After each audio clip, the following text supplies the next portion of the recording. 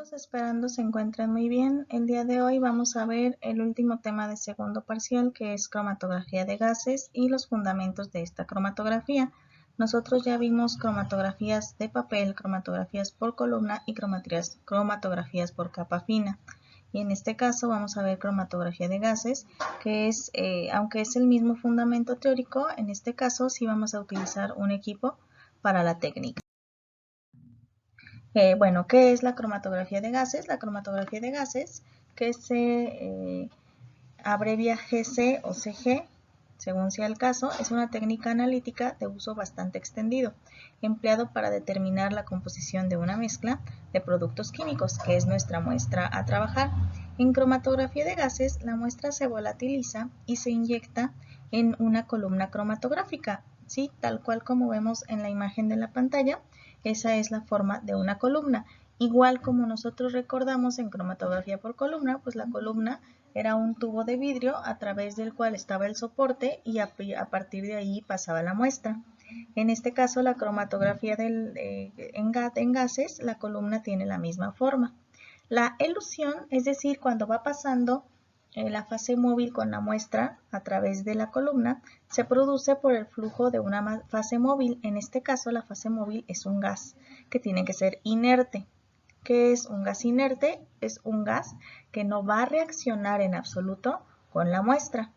Y a diferencia de la mayoría de los tipos de cromatografía, la fase móvil no interacciona con las moléculas del analito, es decir, que su única función es transportar el analito a través de la columna. Y si se fijan, en la imagen que nosotros tenemos la mezcla representada por puntos de distintos colores que al ir pasando por la columna se van separando.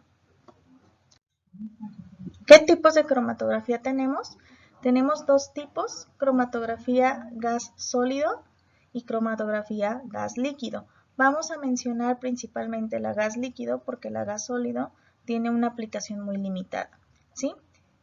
En el caso de la gas líquido, pues la parte estacionaria se trata de un líquido y la parte móvil se trata del gas, ¿sí? Es la única diferencia.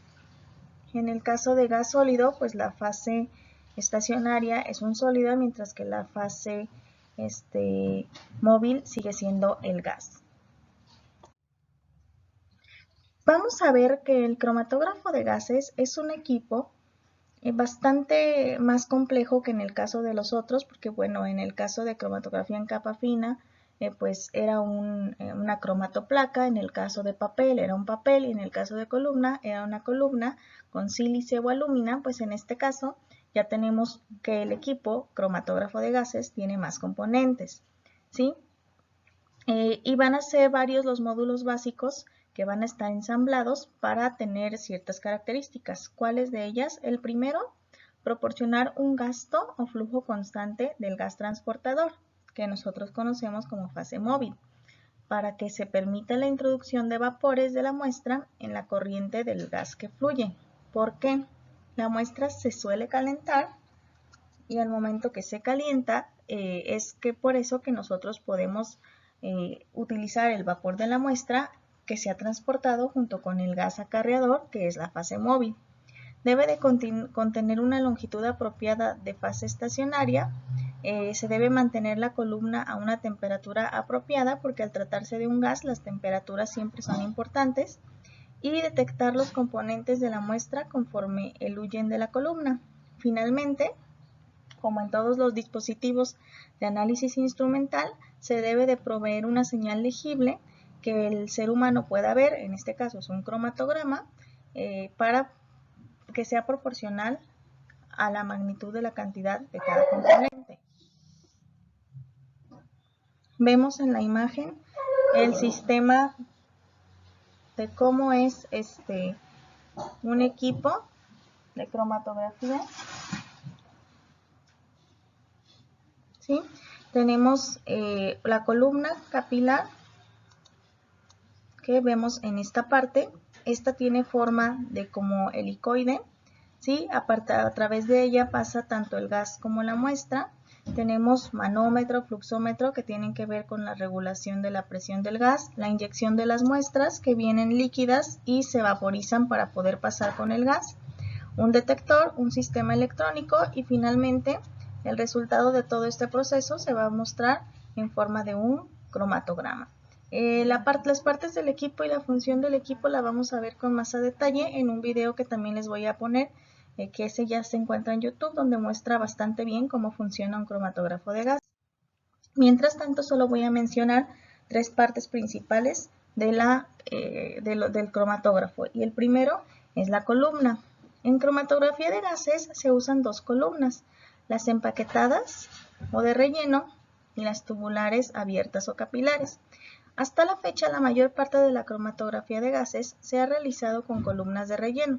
Sin embargo, en la actualidad esta situación está cambiando rápidamente y parece probable que en un futuro próximo las columnas de relleno sean sustituidas por las más eficaces y rápidas columnas capilares.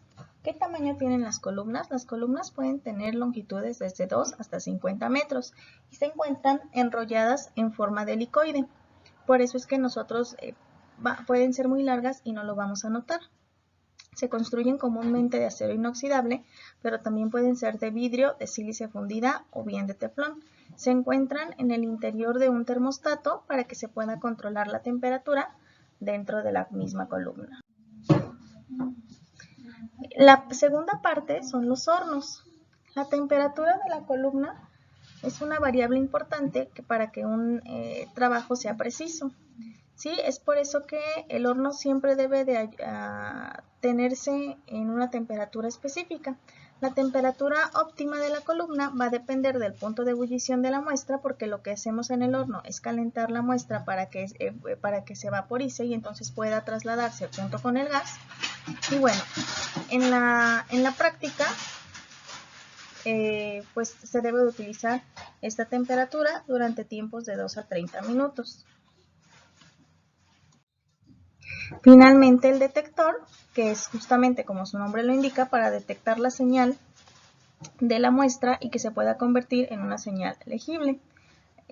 Si los detectores en cromatografía de gases se les dice tipo diferencial, porque no ofrecen una señal, es decir, no te dan ninguna señal cuando solamente está pasando el gas portador, la fase móvil, y sin embargo, cuando ya se encuentra el gas portador con la muestra, entonces ya presentan una señal específica.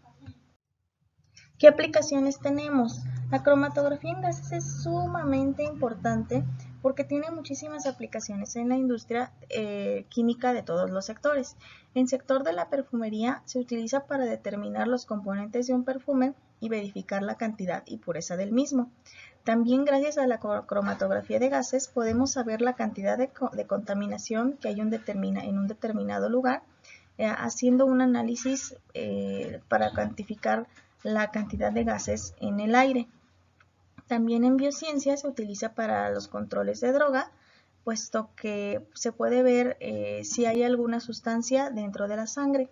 Y también nos sirve en cualquier producto industrial para ver la calidad de un producto y certificar que justamente cumple con esta calidad que se exige.